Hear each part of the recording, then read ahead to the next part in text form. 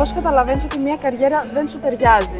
Δεν μπορείς να ξυπνήσεις το πρωί. Τη Δευτέρα είναι η χειρότερη σου μέρα. Το πάπλωμα είναι τόσο βαρύ που δεν μπορείς να το ξεσκεπάσεις και να σηκωθείς να πας στο γραφείο σου. Μιλάς με τους ανθρώπους και έχεις μια αρνητικότητα. Και όλα αυτά σε επηρεάζουν στην πνευματικότητα σου. Και μένει αυτό το πράγμα. Οπωσδήποτε πρέπει να κάνεις κινήσεις. Και τη στιγμή που θα κάνεις κινήσεις, ίσως να αρχίσεις να νιώθεις και καλύτερα. Και είναι το πρώτο σημάδι και το πρώτο βήμα για μια καλύτερη καριέρα. Τι θα αλλάζατε στην αγορά εργασίας αν είχατε ένα μαγικό κουμπί?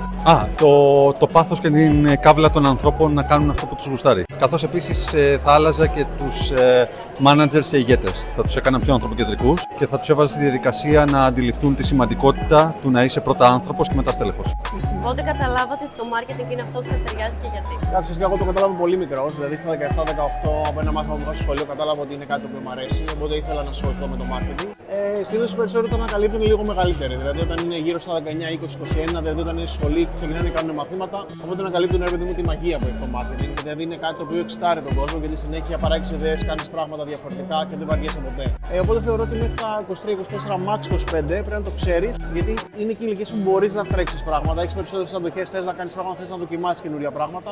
Οπότε είναι καλό μέχρι εκείνη την ηλικία να έχεις αποφασίσει ότι ναι, θα ασχοληθώ με το marketing. Σίγουρα μπορείς να το κάνεις και μεγαλύτερος, απλά έχεις ένα πλεονέκτημα όσο μικρότερο είσαι γιατί το μυαλό σου τροφάρει πιο γρήγορα, αντέξεις περισσότερο και μπορείς να κάνεις περισσότερα πράγματα.